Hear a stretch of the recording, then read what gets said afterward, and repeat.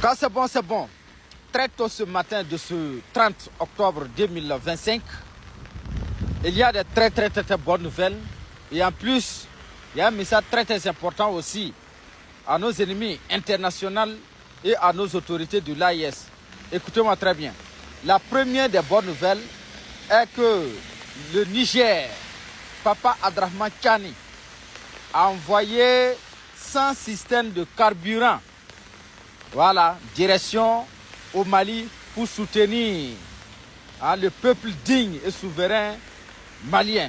La famille, partagez-moi cette vidéo pour dire merci à les autorités de l'AIS, surtout les autorités nigériennes qui se sont dépêchées pour aller soutenir leurs frères et sœurs du Mali.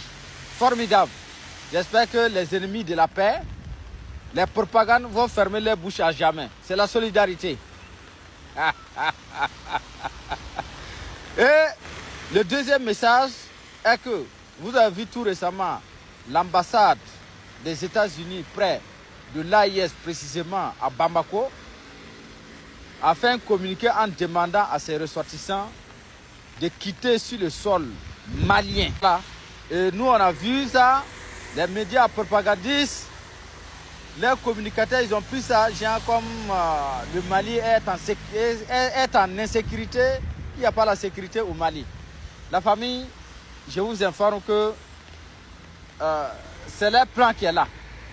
Voilà, c'est leur plan qui est là. Ils ont un autre plan derrière ça. Sinon, ce n'est pas parce que les Maliens sont en insécurité. Sinon, ce n'est pas parce que, voilà, au Mali, quelqu'un ne peut pas faire 1 mètre sans croiser un territoire. C'est leur manière de faire. Ils se sont déguerpis quand Assimi Goïta il était venu au pouvoir. Il était déguerpi quand au Burkina Faso, ils avaient déguerpi au Niger. Mais ils se sont retournés seuls. Voilà. Ils vont demander à ces ressortissants de sortir. Après, ils vont revenir. Ce n'est pas la première fois. Nous, on est habitués à ça. Voilà, nous, on est habitués à ça. Même la France, c'est pareil. Ils demandaient à ces ressortissants de quitter. Et après, c'est eux-mêmes qui vont venir demander pardon pour s'installer.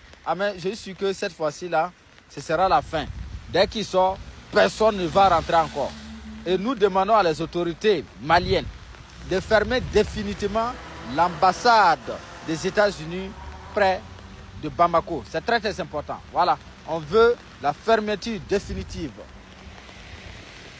de l'ambassade des États-Unis au Mali.